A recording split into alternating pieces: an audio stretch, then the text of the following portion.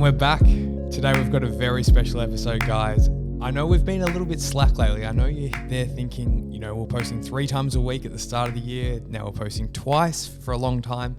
And then we even missed a week, which is the first time we've ever done that. But guys, I'm unapologetic for it because that's small business. That's everything we preach. It's a roller coaster. Things are always happening.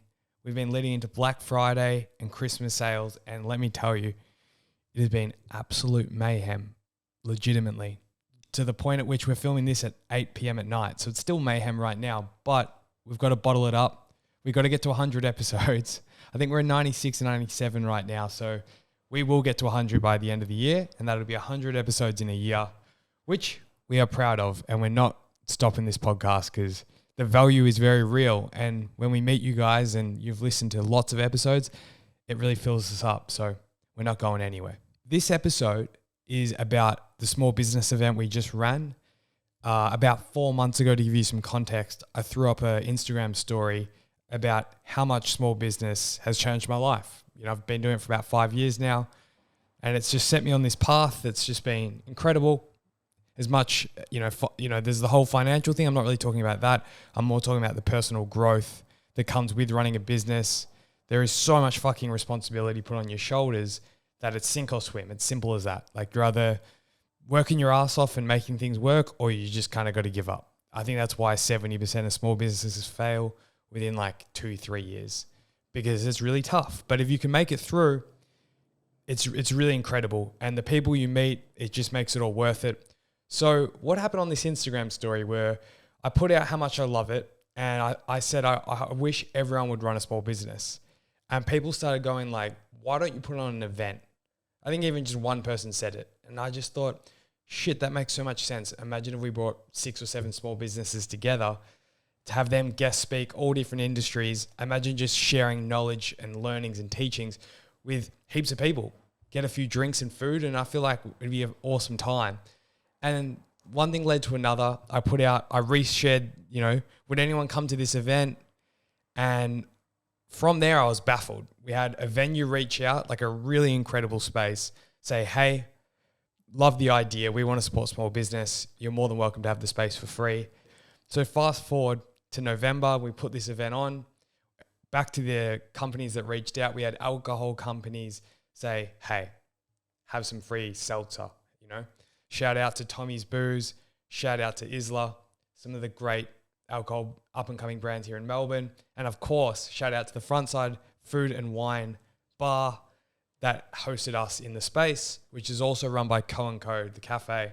Great people. Shouting out Damo, Anne-Marie, everyone that helped out. Literally none of this would have gone ahead without you guys. And that's not just the cliche. Like, I was not running that event without a good space. And we needed space because we had about 150 people show up.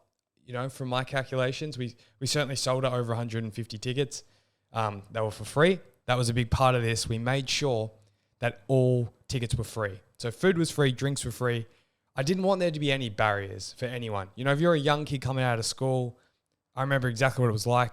Topping up your Mikey out there was a big an issue. You know what I mean? Like, I just wanted to be able to get there, let their hair down, have a drink, have some food, not worry about costs.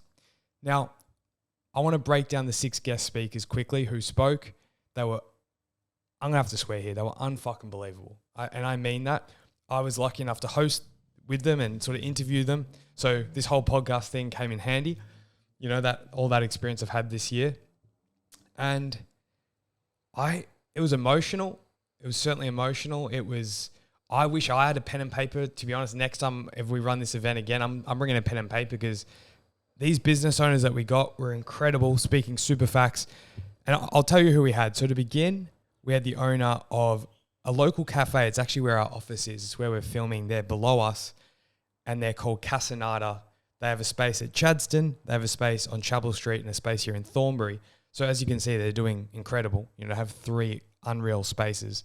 And they have a space at the Melbourne Queen Victoria Market, the night market. They sell Portuguese tarts. That's all they sell. Coffee and Portuguese tarts.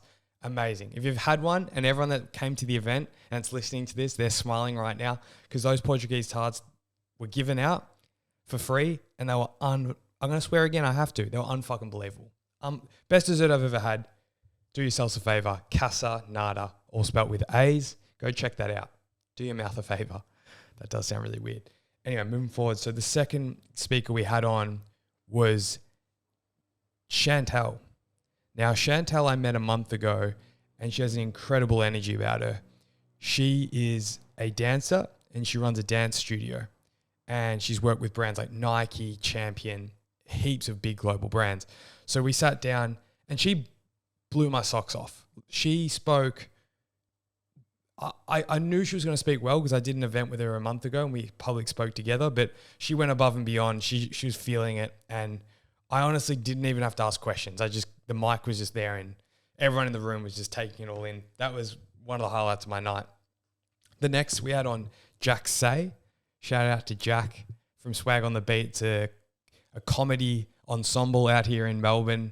They're very, very successful, which doesn't mean shit, but they make a living out of it, which is important.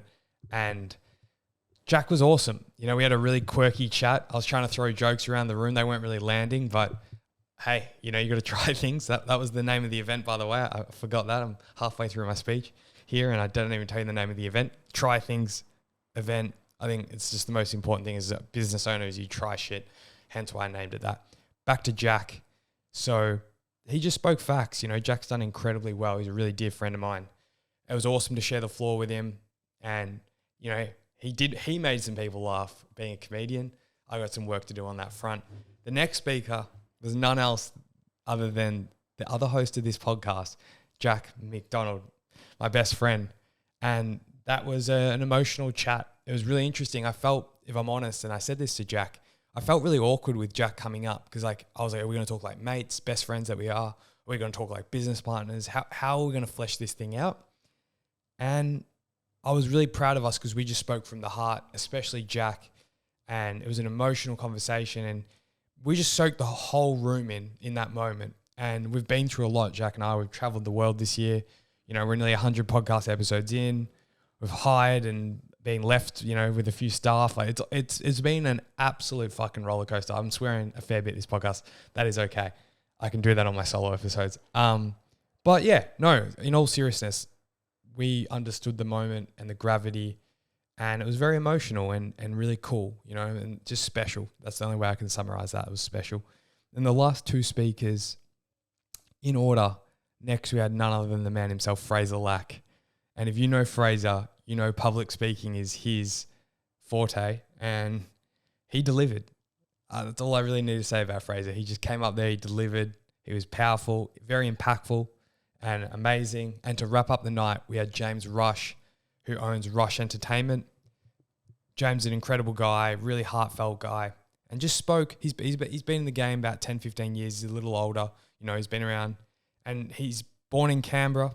And for those that don't know, our international listeners, all 10 of them in America, Canberra is a really small part of Australia. And James worked his way out of Canberra into Melbourne, working with the NBA, with the Olympics. He's doing really great things and he's hustling, and I'm proud of him. So he was awesome to conclude the speeches. And I actually had a friend summarize 12 points from the speeches. I'm going to read those out to you now. These were the main points made across those 6 speakers. So let's get into it. The first is adapt. Goes without saying. Second is discipline. Don't worry, they get a bit longer. They're not just one words, okay? The person that was writing these was doing it in real time. So, you know, they had to kind of juggle some shit. The third, if you can master the mental, then nothing in the physical can get to you. Damn, it's getting, you know, it's starting to spice up. 4 is make an impact. Successful people are not always significant, but significant people are always successful. The 5th point, you may be burning in the back room, but always show a smile. That's kind of, yeah, that hits. 6, positive in a dialogue. Take a lot of reps and practice, but self-belief will follow and you will feel like the world is at your feet. That's heating up. 7, if you're not crazy about it, who's going to be? I love that. 8, give it 110%, 365 days a year. I've never met anyone that did that and it hadn't paid off. So if it didn't pay off, you weren't given 110%, 365 days a year. That is pretty much facts, definitely facts. 9, be a beginner again. Don't be afraid to start things, jump in. be an idiot. Say, I don't know all the time. It's very powerful. Don't be afraid to do that. You will grow super, I'm going to swear again, super fucking fast if you do that. So don't be afraid to do that. 10, stop thinking, just jump. That was dope. That was very dope because the guy works in basketball. And I was like, nice. 11, throw stuff at the wall, see what sticks. That is a classic. And that's what try things actually is. That's the definition of try things. It's just throwing stuff around going, oh, that worked. Oh, people reacted to that. Oh, that sold really well. Well, let's try more of that. Anyway, guys, to summarize this, it was one of the best things I've done in the last few years. Probably, it was just so wholesome. People coming up, the energy of the room. I've never been to an event where everyone was on the same level, mentally, physically. Everyone was connecting. There was no awkwardness. There was just everyone wanting to learn from everyone. There was no like, I've been doing this for 10 years. Look at me. It was definitely not like that. I had kids come straight out of high school, straight out of university there. And then we had people that have been in business for 20 years and everyone was on the same level. So that was my favorite part.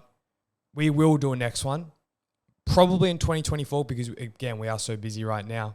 We are snowed under. That's why we're doing one episode a week right now, but we'll be back. 2024, we'll be back. But yeah, there's definitely another event coming along, guys. So if you want to make it there, I couldn't recommend it highly enough. That's all I got for today, guys. Thanks so much, and I'll see you back soon.